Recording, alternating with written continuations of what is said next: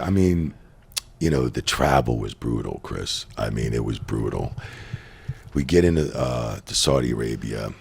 I remember we got in the night before. Everybody was on a total different time zone. Sometimes jet lag kicks in like the day later when these long trips occur and stuff. And I remember, we just didn't go to Saudi. We came off of TV and we did this, then we had to go to Saudi. Might have come off some live events probably that weekend into TV, then into Saudi. So we got to Saudi Arabia, and I remember people weren't really getting to sleep. Like, you didn't get in there at 9, 10 o'clock, go, okay, I'm getting ready to go right to sleep, because you slept a lot on the plane. Yeah. Time zone's different. I remember it was about 125 degrees. And I remember we went out to the malls didn't open until 9 o'clock at night.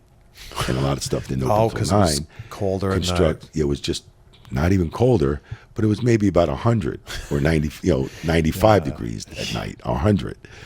So it was just, the sun went down, and that's when people went to work, construction and stuff like that, their hottest time of the year.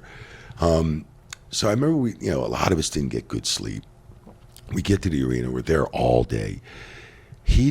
Taker and us, I believe we went on at like midnight. And I remember going through the locker rooms at that, 9, 10 o'clock, show was going on. The show went for a while. Everybody's sleeping in the locker rooms, passed out because of jet lag.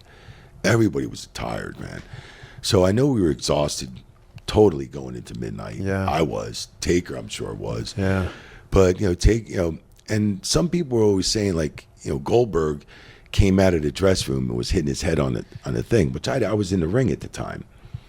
So, and I didn't see, they showed a little gash when he came out. But Goldberg was fine to me, because when he came in the ring, he called the whole match back to me. When he got in the ring, because Taker had this, phenomenal entrance. It was awesome entrance. Of course, it takes like 10 minutes, which was, that's one of the best entrances in wrestling, my opinion. Yeah. So, I mean, it is the best. And he called, and he goes, hey, let me call this back to you. And I'm like, okay, cool. And he was running back spots to spots, and it was cool. I wanted to hear it too, so I made sure I had everything, straight. Nothing changed before the match. Yeah. So everything was good until he hit that turnbuckle in the post, and then it just went on down from there, man. So. Yeah.